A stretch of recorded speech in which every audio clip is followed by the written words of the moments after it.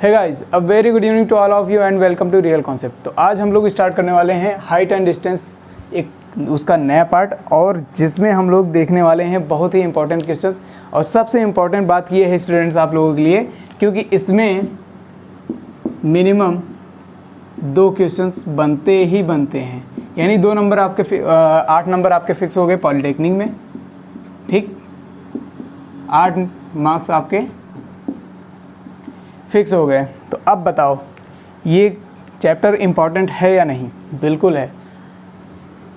तो चलिए आज इसके साथ हम लोग एक नया कॉन्सेप्ट देखेंगे, और कॉन्सेप्ट के साथ साथ बढ़िया ढेर सारे क्वेश्चंस उस पर बेस्ड देखेंगे।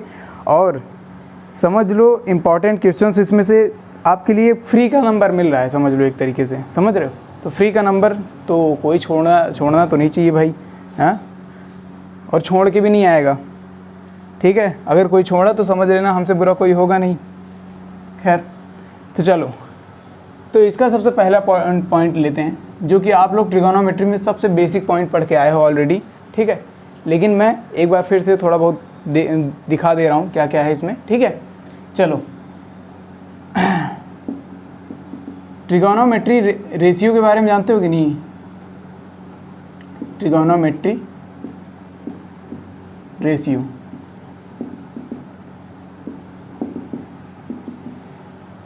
ट्रिगोनोमेट्री रेशियो के बारे में क्या है? जो हमारा सबसे पहला ट्रिगोनोमेट्री का सबसे इम्पॉर्टेंट, सबसे बेसिक चीज़ होता है, जिसमें हमारे 6 पैरामीटर्स होते हैं। 6 parameters like sine theta, cos theta, tan theta और कॉट थीटा, सेक थीटा और कॉसेक थीटा। ये हमारे 6 पैरामीटर होते हैं स्टूडेंट्स। तो अब जो रेशियो की मैं बात कर रहा हूँ, वो रेशियो स्टूडेंट्स कुछ इस तरीके से है, इस पे ध्यान देना। ये एक राइट एंगल ट्रायंगल है, मतलब समकोण त्रिभुज, ठीक? तो समकोण त्रिभुज के बारे में हम बता दे रहे हैं। ये हो गया हमारा ABC, ठीक? और ये हो गया हमारा थीटा एंगल, ठीक? चलो, यहाँ हमारा क्या हो गया? ये हो गया लंब, जिसे हम कहते हैं परपेंडिकुलर। क्या कहते हैं? परपेंडिकुलर, ठीक? और ये हो गया हमारा आधार क्या है हमारा? बेस, ठीक? और ये है हमारा कर्ण, जिसे हम लोग इंग्लिश में कहते हैं हाइपोटेनियस, ठीक? खैर, तो चलो, मैं जब भी इनको लंब, बेस और मतलब इसको परपेंडिकुलर को P से मैं डिनोट करूँगा, ठीक है? और इसको B से और इसको H से, ठीक है? तो याद रखना, जहाँ जहाँ मैं ये तीनों P, B और H, ये तीनों जहाँ लिखूँगा उसका मतलब ये है। P का मतलब परपेंडिकुलर, B का मतलब बेस और H का मतलब हाइपोटेनियस। बाकी सारी चीज़ें हिंदी में रहेंगी, ठीक? तो चलो स्टार्ट करते हैं। साइन थीटा का मतलब क्या होता है? साइन थीटा का मतलब होता है लंब बटे कर्ण, लंब बटे कर्ण, ठीक? अब ये एकदम बेसिक है स्टूडेंट्स, तो थोड़ा पेशेंस रखो, ठीक है? पेशेंस रखो, जिससे कि अभी जब इसके आगे आएंगे ना, तो बहुत ही इम्पॉर्टेंट चीज़ आपको मैं बताऊंगा, बस उसके लिए ध्यान से देखते रहना, ठीक? ये हमारा परपेंडिकुलर डिवाइडेड बाय हाइपोटेनियस, ठीक? चलो, उसके बाद कॉस का क्या होगा? कॉस का हो जाएगा हमारा आधार बटे कर्ण, ठीक? इसके बारे में तो अच्छी तरीके से सबको पता होगा, इसके ट्रिक के बारे में, ठीक है? लाल बटे कक्का, लेकिन मैं पहले बता दूंगा, फिर उसके बाद लास्ट में लिख दूंगा उसे, ठीक है? वो सब जानते हैं। आधार का मतलब होता है हमारा बेस, ठीक? और ये हो गया हाइपोटेनियस। टेन का मतलब क्या होता है? टेन का होता है लंब बटे आधार, लंब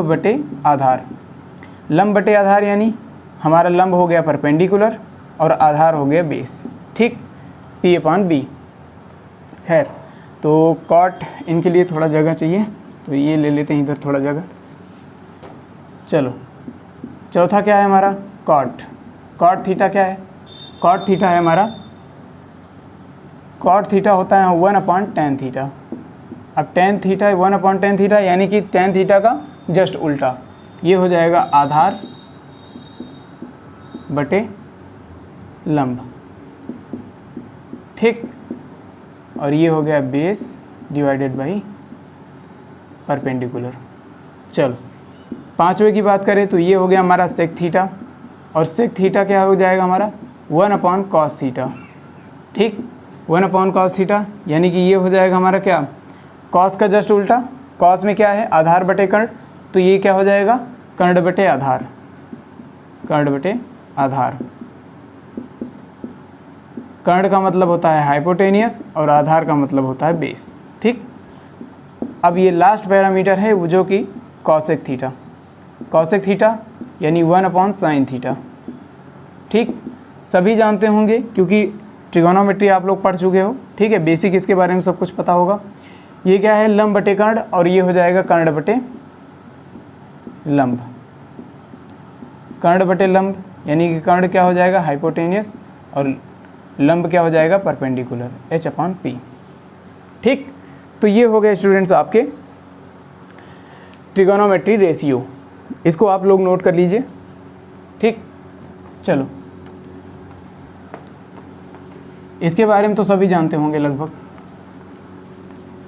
तो ये एकदम बेसिक था क्योंकि यहाँ इसकी ज़रूरत हमें होगी स्टूडेंट्स। यहाँ पर ये जो हमारा हाइट एंड डिस्टेंस है इस चैप्टर में हमें इसकी ज़रूरत बहुत है, तो इसीलिए मैंने बता दिया भी। तो आगे बढ़ते हैं, इसके बारे में देखते हैं क्या मैटर है, ठीक।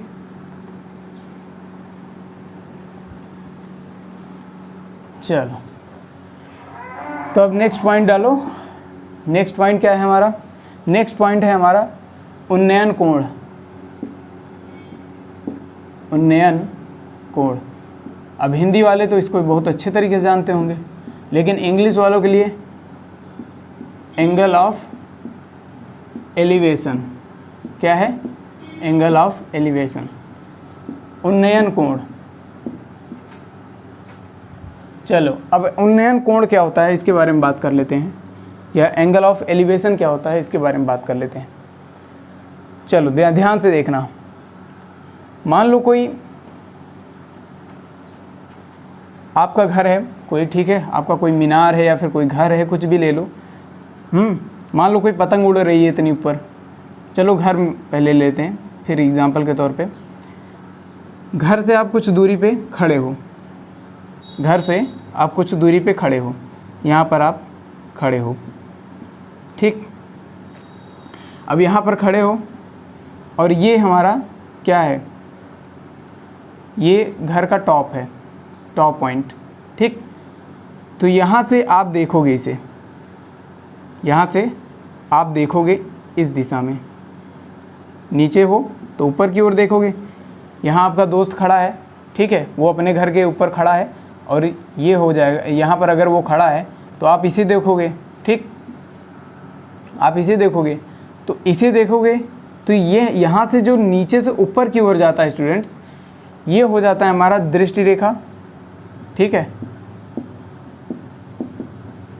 और जब हम नीचे से ऊपर की ओर देखते हैं और यहाँ से जब नीचे से ऊपर की ओर देखोगे तो यहाँ से नीचे से यानी कि क्षैतिज से, यानी हमारे हॉरिजॉन्टल से जो एंगल बनेगा, जो ये वाला एंगल बनेगा, ये वाला, ये जो थीटा बनेगा, यही हमारा क्या कहलाता है, उन्नयन कोण। तो अगर हम मतलब किताबी भाषा में बात करें तो किताबी भाषा में लिखा है कि जब हम नीचे से ऊपर की ओर किसी वस्तु को देखें तो दृष्टि रेखा क्षैतिज रेखा के साथ जो कोण बनाती है, दृष्टि रेखा जो क्षैतिज रेखा से जो कोण बनाती है, यानी यहाँ से जो कोण बन रहा है उसे क्या कहते हैं, हम कहते हैं उन्नयन कोण। यानी कि हमारा यहाँ जो थीटा है, अगर मान लो हम ये मान लेते हैं ए और ये मान लो ओ और ये हो गया बी, तो angle A O B is equal to theta which is angle of elevation, ठीक, angle of elevation. I think समझ में आ गया होगा। यानी कि हम लोग अगर नीचे से नीचे खड़े हैं और ऊपर की ओर देख रहे हैं, यानी कि अगर नीचे से ऊपर की ओर देख रहे हैं तो ये हमारा क्या हो जाएगा, ये हमारा उन्नयन कोण हो जाएगा। और इसी का जस्ट अपोजिट अगर मान लो आप यहाँ खड़े हो, आपका दोस्त यहाँ खड़ा है, वो आया आपसे मिलने, तो आप यहाँ खड़े हो ना, तो इस साइड में देखोगे, इस साइड में देखोगे, तो यहाँ से जब नीचे की ओर देखोगे तो यहाँ पर ये जो दृष्टि रेखा है और इस आपके सामने जो एक क्षैतिज रेखा बना रहेगा, तो यहाँ से जो एंगल बनता है, स्टूडेंट्स, वो हमारा हो जाता है, ये हो जाता है अवनमन कोण। क्या हो जाता है? अवनमन कोण। चलो इसको मैं अलग से बता दे रहा हूँ, पहले इसको नोट कर लो आप लोग, ठीक है? पहले इसको अलग से बताऊँगा मैं, ठीक? चलो आप लोग नोट कर लो इसे, ठीक है, अच्छे से।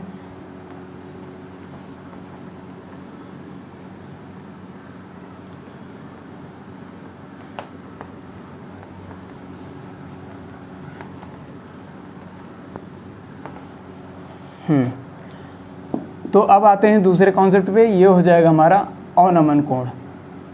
अवनमन कोण, वैसे तो नाम से ही पता चल रहा है नमन। जब हम किसी को नमन करते हैं या प्रणाम करते हैं तो हम लोग सर झुका के करते हैं। तो इसमें क्या करना है, इसमें झुका के, मतलब इसमें सर झुकाना होता है, ठीक है? यानी ऊपर से नीचे की ओर देखोगे तो सर तो झुकाओगे ही ना, बिल्कुल, तो वही मतलब है, ठीक? और एंगल ऑफ, इंग्लिश में बात करें, एंगल ऑफ डिप्रेशन, ठीक? Angle of depression. अब कोई भी व्यक्ति अगर डिप्रेशन में चला जाए तो वो क्या करेगा? मुंह लटका के बैठा रहेगा, बिल्कुल, मुंह लटका के बैठा रहेगा, तो वो नीचे की तरफ ही देखेगा। तो इससे भी इंग्लिश वाले इससे भी समझ सकते हो, हिंदी वाले नमन से समझ सकते हो, ठीक? तो अवनमन कोण यानी कि ऊपर से नीचे की ओर, ठीक? समझ में आ रहा होगा। तो अब क्या करना है, फिर मैं कह रहा हूँ कि मान लो आप गए कहीं मंदिर पे दर्शन करने, ये हो गया आपका मंदिर मान लो, ठीक? ये मंदिर हो गया, यहाँ पर वो उसके छत पे जाके खड़ा है, ठीक? आपका दोस्त जो है या फिर आप जो हो यहाँ पर जाके खड़े हो गए हो। अब आपका दोस्त यहाँ नीचे मिलने आया है आपसे, यहाँ आपसे मिलने आया है, मान लो इस पॉइंट पे वो आगे आके खड़ा हो गया। अब आप उसे देखोगे, ठीक? तो यहाँ से जो पहले तो आप जब सीधा देख रहे होगे तो कुछ इस तरफ देख रहे होगे, बिल्कुल, ये तो हमारा क्या हो जाएगा? हॉरिजॉन्टल।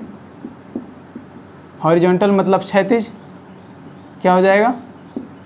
क्षैतिज, मतलब सीधे देख रहे हो, ठीक? तो अब जब आपका दोस्त आया तो आप क्या करें? नीचे की ओर देखने लगे, यहाँ देखने लगे नीचे की ओर। तो यहाँ पर जो स्टूडेंट्स, ये जो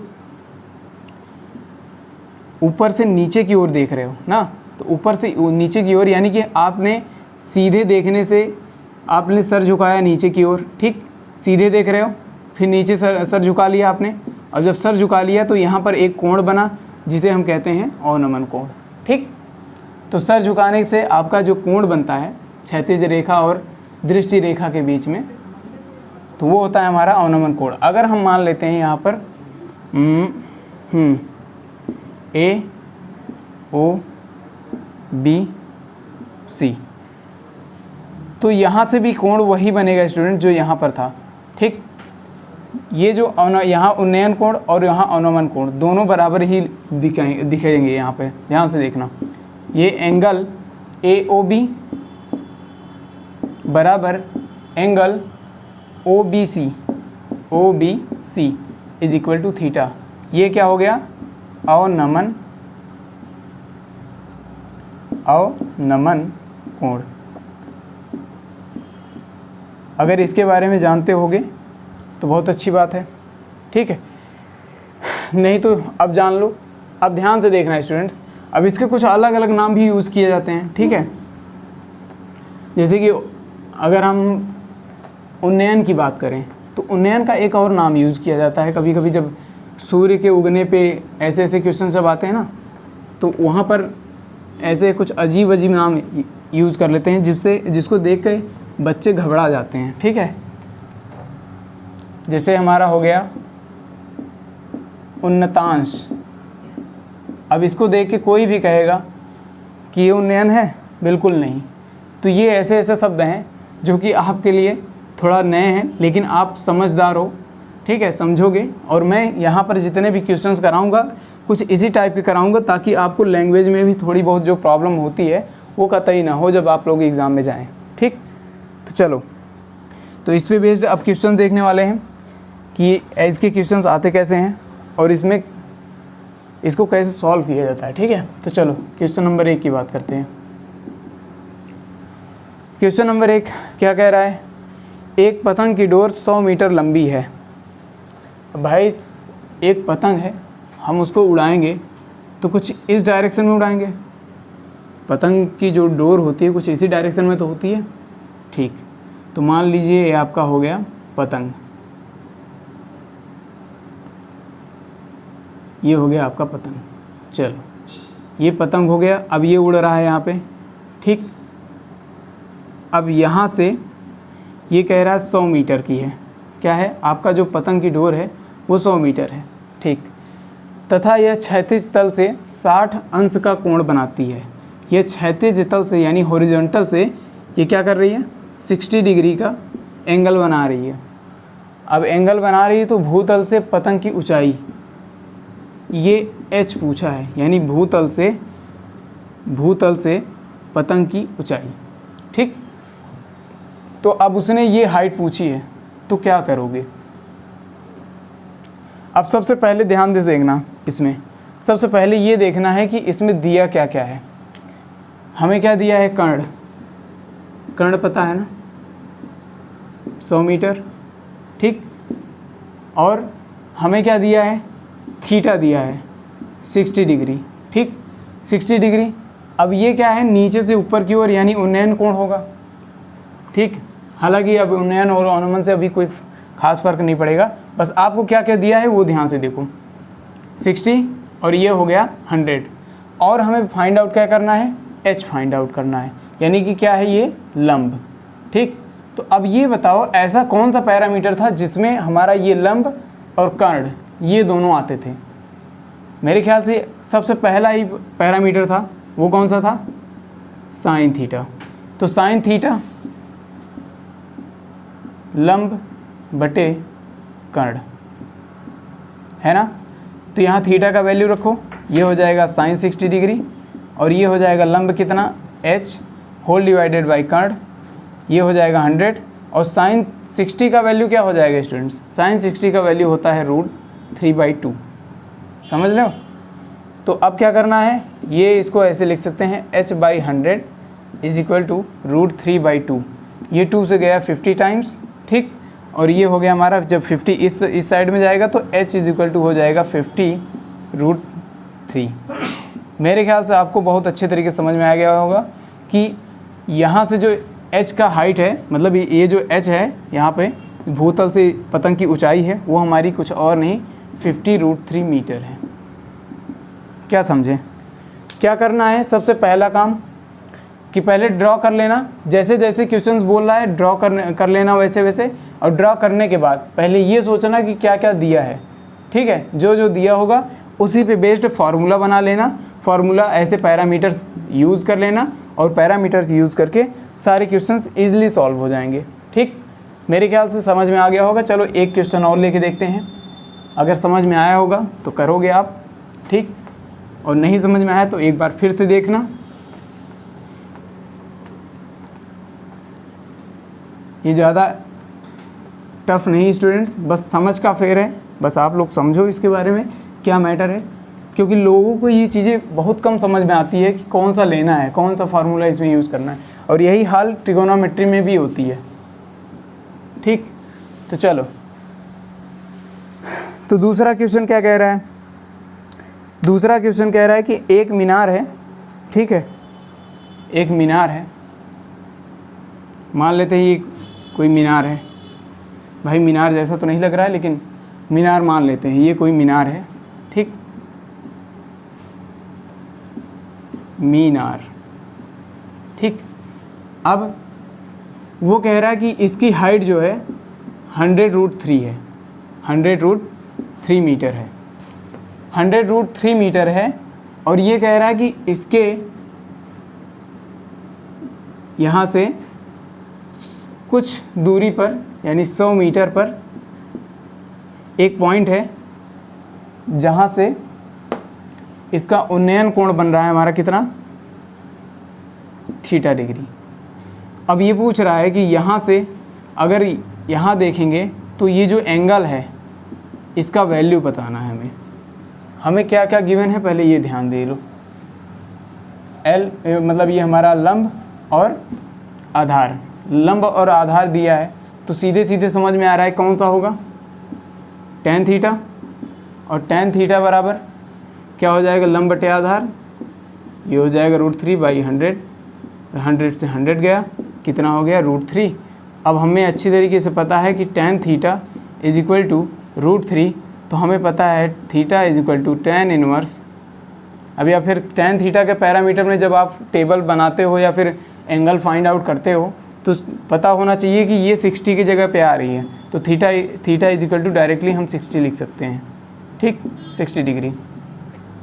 अगर जिसको टेबल नहीं बनाना आ रहा हो तो आप लोग मैसेज करके बता देना, मैं सारे टेबल बनवा दूंगा और अच्छे से आप लोगों को याद भी करा दूंगा। तो कोशिश करना कि अगर आ रहा हो तो फिर अच्छे से सॉल्व कर लेना, ठीक है इसे।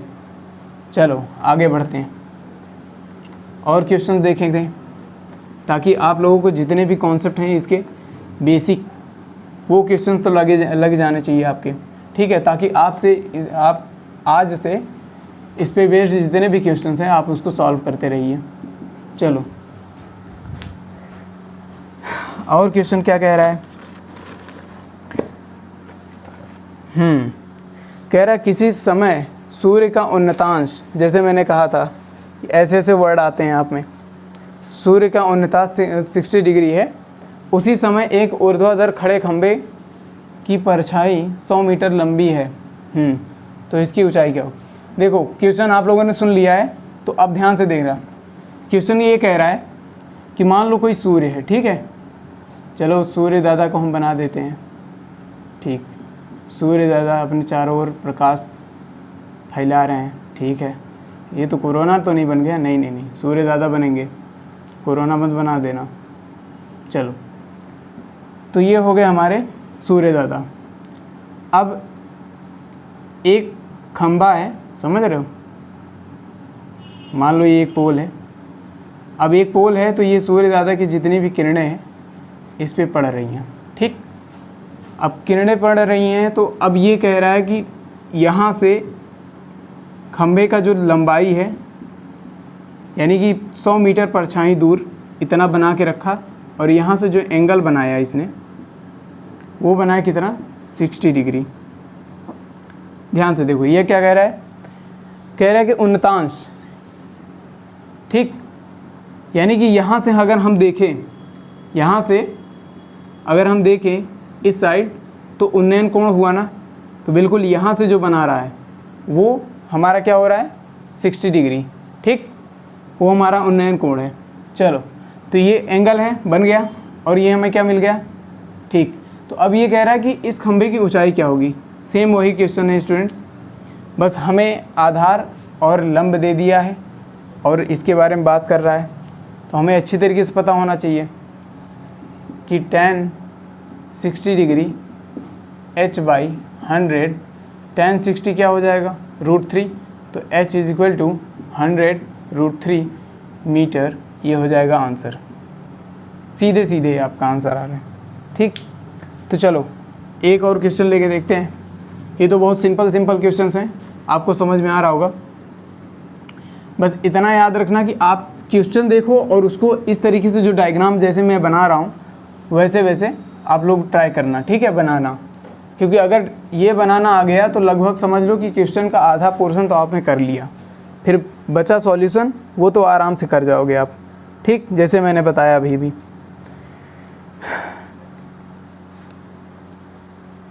एक क्वेश्चन है कि दिन के एक निश्चित समय पर एक खंभा दिया है, ठीक है, कह रहा है कि इसकी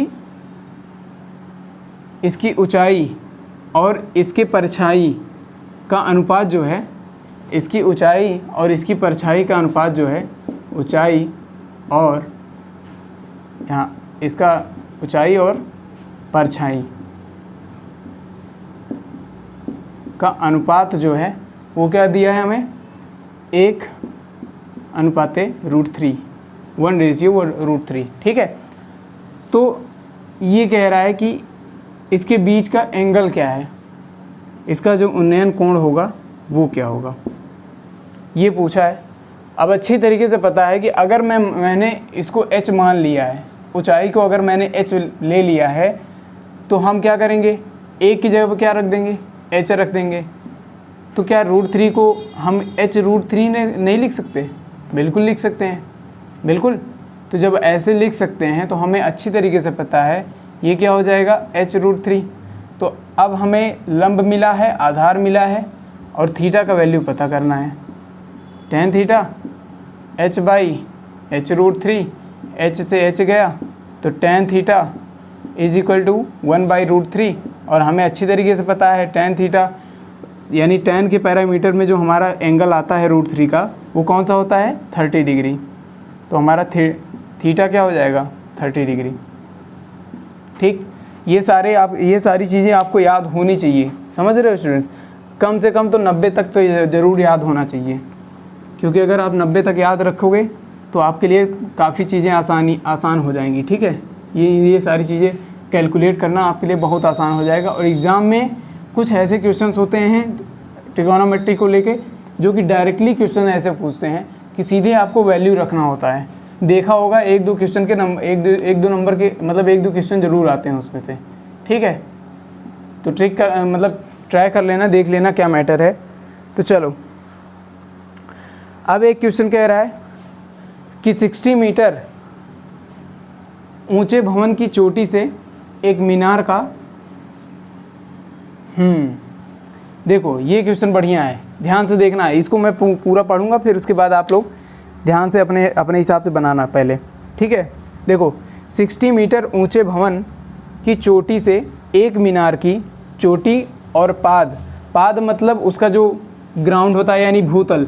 जैसे अगर ये मान लो एक मीनार हुई, तो ये तो इसकी चोटी हो गई और ये इसको पाद बोल देते हैं या इसका ग्राउंड बोल देते हैं। ठीक है, ग्राउंड। ठीक, चलो, तो ये कह रहा है कि उसकी चोटी और उसका पाद, फिर से पढ़ रहा हूँ, 60 मीटर भवन की एक चोटी है। ठीक है, और उस चोटी से एक मीनार की चोटी और उसका पाद के अवनमन कोण क्रमशः 30 और 60 हैं। मान लेते हैं ये कोई घर है, चलो घर एक बड़ा सा है और उसके सामने एक छोटी सी मीनार है, ज़्यादा बड़ी नहीं है। ध्यान से देखना, ये टेढ़ा बन गया, चलो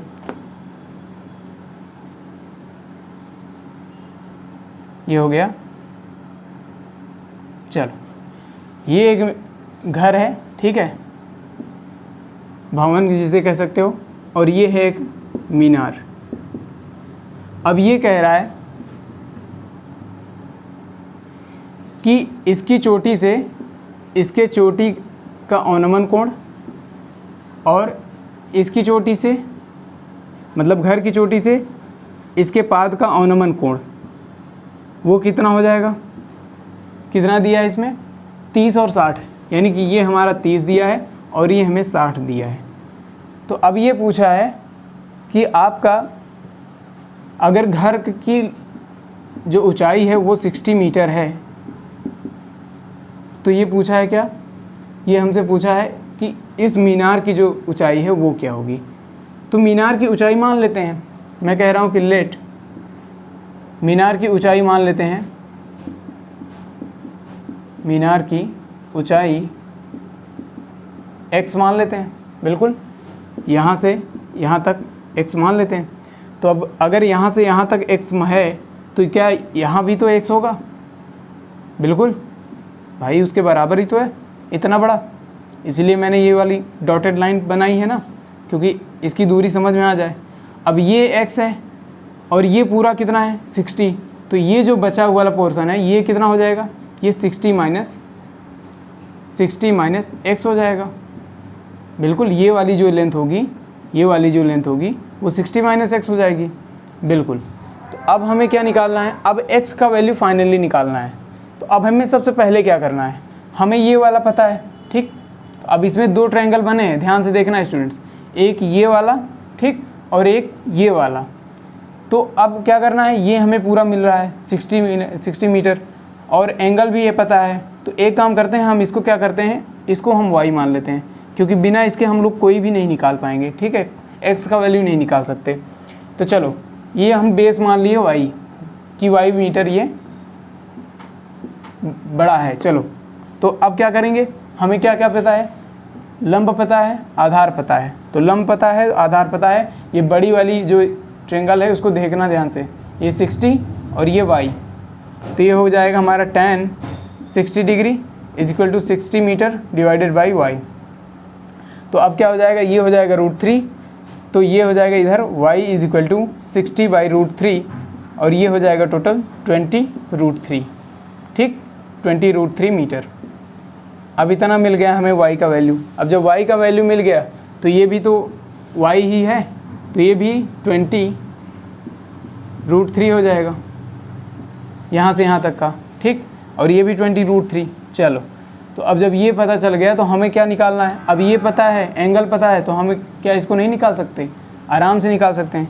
तो फिर दूसरा क्या लिखेंगे हम, फिर लिखेंगे tan 30 डिग्री इस छोटे वाले ट्रायंगल में, इस छोटे वाले ट्रायंगल में tan 30 degree is equal to क्या हो जाएगा, 60 minus x whole divided by 20√3।